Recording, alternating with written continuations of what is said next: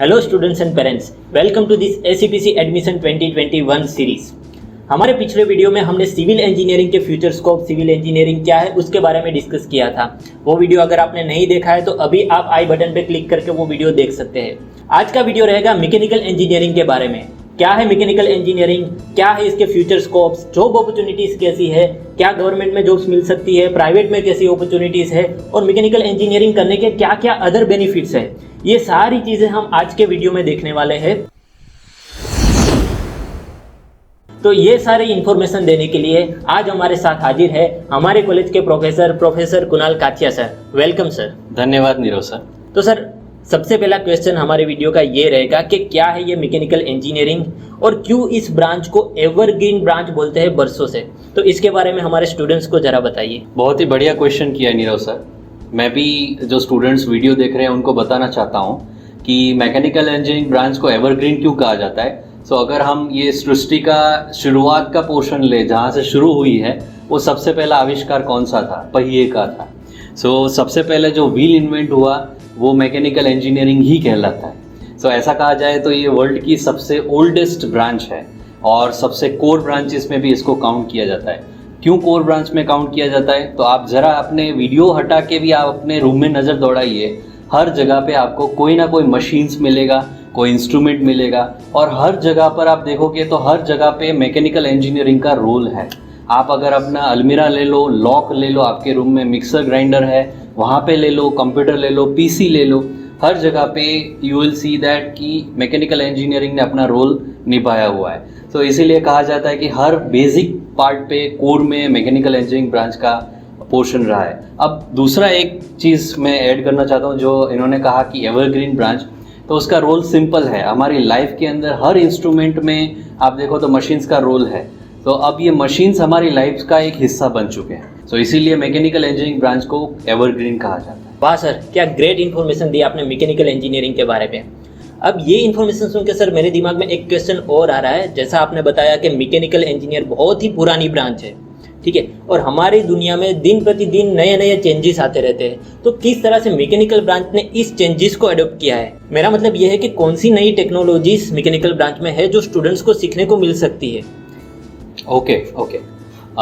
अगर हम बात करें कि मैकेनिकल इंजीनियरिंग जैसे शुरुआत ही हमारी एवरग्रीन ब्रांच वर्ड से हुई थी, तो ऐसा कहा जाए कि ये ब्रांच के जो ओल्डेस्ट टेक्नोलॉजी है उसको भी अच्छे से अडॉप्ट किया है और आज की जो टेक्नोलॉजी है उसको भी अडॉप्ट अच्छे से किया है। जैसे कि एग्जांपल देते हैं कि पहले जो मशीन्स थे वो मैनुअल थे, वर्कर्स को खुद से चलाने पड़ते थे।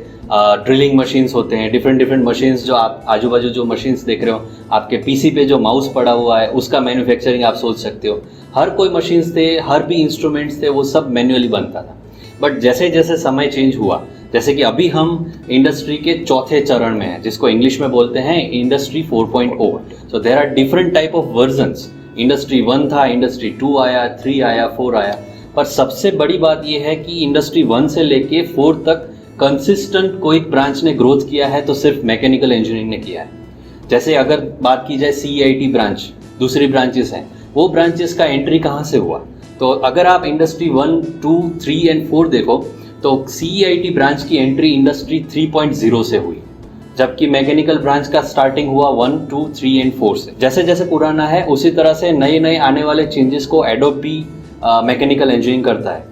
अभी की टेक्नोलॉजी की बातें करें तो जो ऑटोमेशन का युग है, आप लोग यूट्यूब में वीडियोस भी देखते होंगे, बॉस्टन डायनेमिक्स के वीडियोस होते हैं। अब बॉस्टन डायनेमिक्स के अंदर जो robots, automatic artificial powered robots हैं, वो रोबोट्स के लिए जो वर्क करते हैं वो बैकग्राउंड में मैकेनिकल इंजीनियर्स भी होते हैं वहाँ पे। सो दैट शोज़ कि मैकेनिकल इंजीनियरिंग ब्रांच के अंदर लेटेस्ट टेक्नोलॉजी में एक्सप्लोर करने के लिए अभी तक बहुत कुछ है और बहुत कुछ बाकी है जो आप एक्सप्लोर कर सकते हो। जैसे कि आर्टिफिशियल इंटेलिजेंस है, मशीन लर्निंग है, डीप लर्निंग है, डीप विजन है, मशीन विजन है, टेस्ला की कार्स जो मशीन विजन यूज़ करती है, ये सभी टेक्नोलॉजीज अब फ्यूज़ हो चुकी है।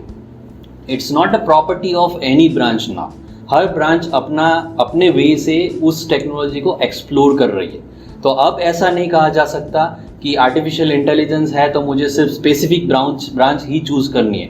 अगर मुझे मशीन में इंटरेस्ट है, मुझे कुछ न्यू करना है फ्यूचर के अंदर, तो मैं मैकेनिकल इंजीनियरिंग लेके आर्टिफिशियल इंटेलिजेंस में रोबोट्स डेवलप कर सकता हूँ। ये एक बहुत बड़ा बेनिफिट है जिससे आपको हर डायरेक्शन में जाने का मौका मिल रहा है। आप अपना इंटरेस्ट भी परस्यू कर सकते हैं, आपको इंटरेस्ट है मशीन्स के अंदर, इंटरेस्ट परस्यू करो, कंप्यूटर विजन टेक्नोलॉजीज का यूटिलाइजेशन करो और एक्सप्लोरेशन करो, और बहुत सारी जॉब अपॉर्चुनिटीज़ भी आपके लिए ओपन हो सकती है।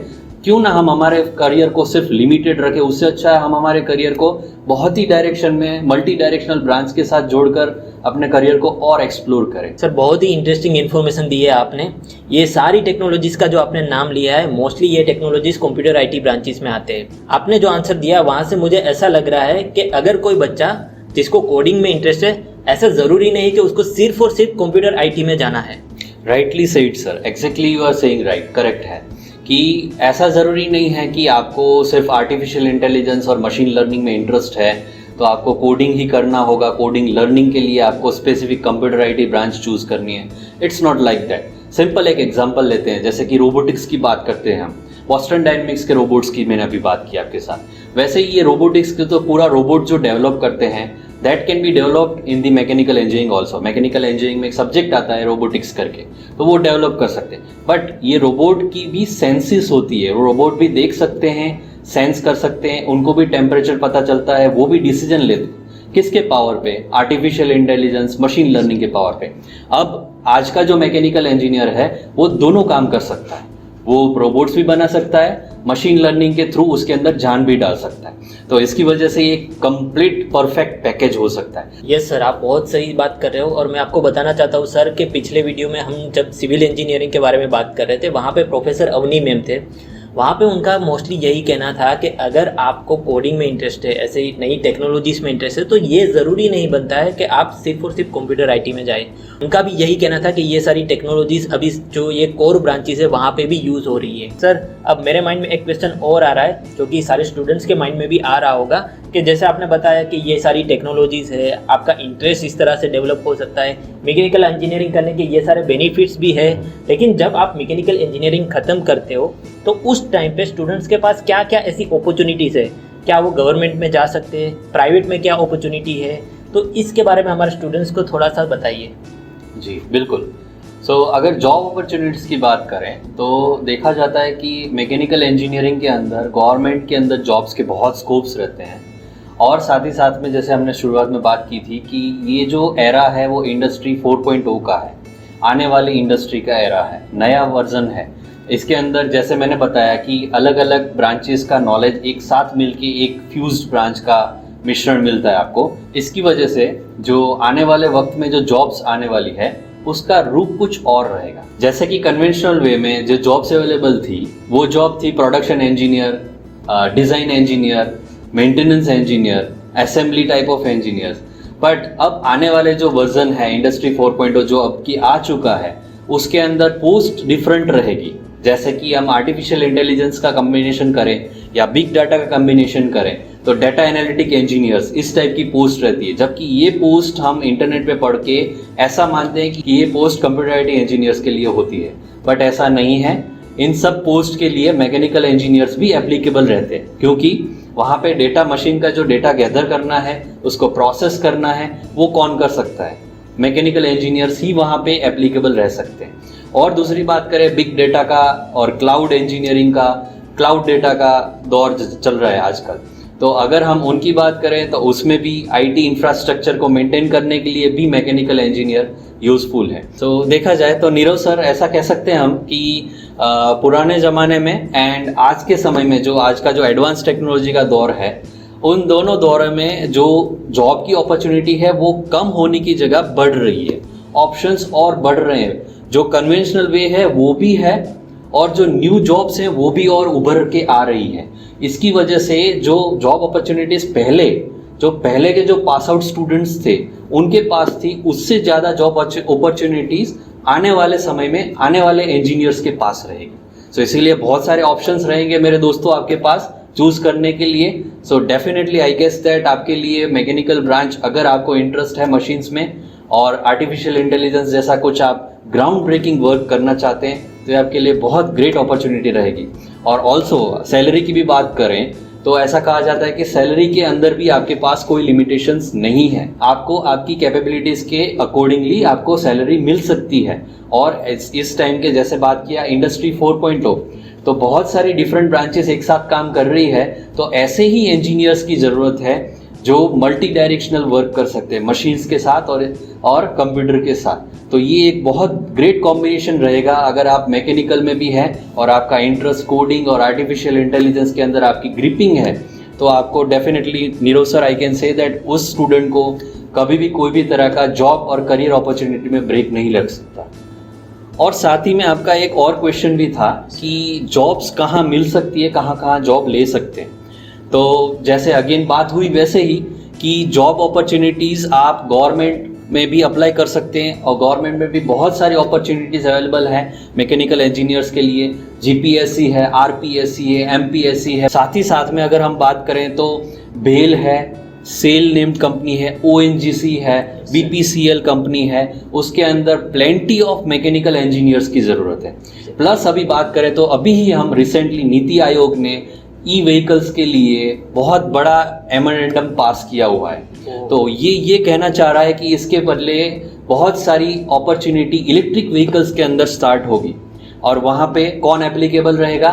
Manufacture engineers like mechanical engineers, उनकी खास ज़रूरत पड़ेगी क्योंकि जो आर्टिफिशियल इंटेलिजेंट पावर्ड कार्स हैं, टेस्ला की बात करें तो वो भी एआई पावर्ड है, मशीन विजन पावर्ड कार्स हैं, तो उनके अंदर इस टाइप के इंजीनियर्स बहुत ही रिक्वायर्ड होंगे जो मैकेनिकल का बेसिक रखते हैं और साथ ही साथ में आर्टिफिशियल इंटेलिजेंस और डीप लर्निंग का नॉलेज रखते हैं। प्लस हमारे माननीय नरेंद्र मोदी जी ने लास्ट ईयर ही अनाउंसमेंट किया था कि भारत के अंदर ही एरोप्लेन्स के स्पेयर पार्ट्स, उसके एलिमेंट्स सब कुछ मैन्युफैक्चर होंगे। तो आप समझ सकते हैं कि भारत के पास और एक बड़ी अपॉर्चुनिटी शुरू हो रही है मैकेनिकल इंजीनियर्स को रिक्रूट करने की, बिजनेस स्टार्ट करने की, स्मॉल बिजनेस स्टार्ट करने की बहुत सारी अपॉर्चुनिटीज़ हैं। और ये कोविड ने बहुत सारा सिखाया हमें, उसकी वजह से भी बहुत सारे स्टार्टअप शुरू हो रहे हैं। तो ये स्टार्टर्स भी आपकी जॉब अपॉर्चुनिटी का एक रोल बन सकते हैं बैकग्राउंड में। सो ये एक हुआ हमारा एरोस्पेस साइड का ऑप्शन हुआ। बाद में आपको गवर्नमेंट जॉब्स के लिए भी बताया। प्राइवेट कंपनीज बहुत सारी हैं, उसमें से एक स्पेशल नाम मैं लेना चाहूँगा, दो स्पेशल नाम है मेरे सामने। एक तो मित्सुबिशी जो कंपनी है वो भी इंडस्ट्री 4.0 इक्विप्ड है। साथ ही में जो बॉश नेम कंपनी है वो ऑलरेडी इंडस्ट्री 4.0 को इम्प्लीमेंट कर रही है। सो ये एक आने वाले दौर का एक शुरुआत है और बहुत सारी कंपनीज आने वाली हैं। So I guess that mechanical engineers के लिए ऐसा नहीं कहा जा सकता कि जॉब लिमिटेड है, बट उनके पास अब ऐसा है कि उनको कौन सी जॉब चूज करनी वो बहुत बड़ा क्वेश्चन रहेगा। राइटली सेड सर, आपने बहुत ही अच्छी तरीके से बताया कि बहुत सारी अपॉर्चुनिटीज़ अवेलेबल है मैकेनिकल इंजीनियर्स के लिए, लेकिन ये अपॉर्चुनिटीज़ उनको कब मिलेगी?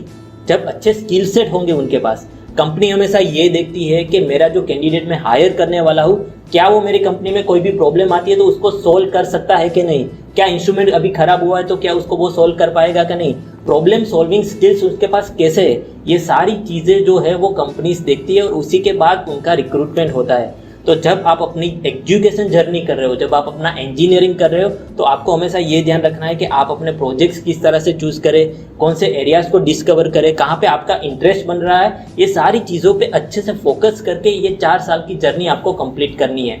और उसी के बाद आपको अपना करियर जो है वो एक नई ऊंचाइयों तक पहुंचाने के लिए अच्छी राह मिलेगी। और हाँ नीरव सर, एक चीज़ और मैं विद्यार्थी मित्रों को बताना चाहता हूँ कि इस इंटरनेट के दौर में आप जो अपने स्किल्स हैं उसको कैसे शार्पन कर सकते हो, तो वो अब बहुत आसान हो चुका है। जैसे राइटली अभी कहा कि कंपनी आपके अंदर क्या देखती है, तो स्किल सेट स्पेशली देखती है कि प्लस और डेल्टा फैक्टर क्या है आपके अंदर। सो डेल्टा फैक्टर आप अपनी पढ़ाई के साथ ही गेन कर सकते हैं। जैसे कि मैकेनिकल इंजीनियरिंग का आप नॉलेज ले रहे हैं, साथ ही साथ में इंटरनेट पे ऑनलाइन अवेलेबल कोर्सेज रहते हैं, स्टैंडर्ड यूनिवर्सिटीज से कोर्सेज अवेलेबल हैं, आर्टिफिशियल के, मशीन लर्निंग के, कोडिंग सीखने के, वो साथ में आप कीजिए, जिससे आपका एक जो पूरा प्लेसमेंट का जो पैकेज है वो एक यूनिक बने और आप जो हज़ारों की भीड़ है इंजीनियर्स की उसमें आप एक अलग इंजीनियर की तरह अपनी पहचान खड़ी कर सकते। Thank you very much sir, इतनी अच्छी और इम्पोर्टेंट इन्फॉर्मेशन देने के लिए हमारे स्टूडेंट्स को। आई होप स्टूडेंट्स के मैकेनिकल इंजीनियरिंग के बारे में आपको यूजफुल इन्फॉर्मेशन मिली होगी और आपका जो भी डाउट्स है मैकेनिकल इंजीनियरिंग के बारे में वो अब कहीं हद तक कम हो गया होगा। अभी भी आपको अगर कुछ भी डाउट है तो डेफिनेटली आप हमारी वेबसाइट को विजिट कर सकते हैं या तो आप हमें कॉल कर सकते हैं इस नंबर के ऊपर। इस वीडियो के एंड में मैं थैंक यू बोलना चाहता हूँ प्रोफेसर कुणाल काथिया का हमारे वीडियो में आने के लिए और हमारे दर्शक मित्रों को इतनी अच्छी इन्फॉर्मेशन देने के लिए। धन्यवाद नीरव सर। तो दर्शक मित्रों, ऐसे ही अच्छे और इन्फॉर्मेटिव वीडियोस देखने के लिए प्लीज सब्सक्राइब करें हमारा चैनल और फॉलो कीजिए हमारे वीडियोस को। और हाँ, हमें ये भी बताइए कि आगे जाके आपको कौन से टॉपिक्स के ऊपर वीडियोस चाहिए, तो डेफिनेटली हम वो कंसीडर करके नए नए वीडियोस आपके सामने लाते रहेंगे। Thank you very much guys, हम मिलते हैं आपको नए वीडियो में ऐसी ही यूजफुल इंपॉर्टेंट इन्फॉर्मेशन के साथ।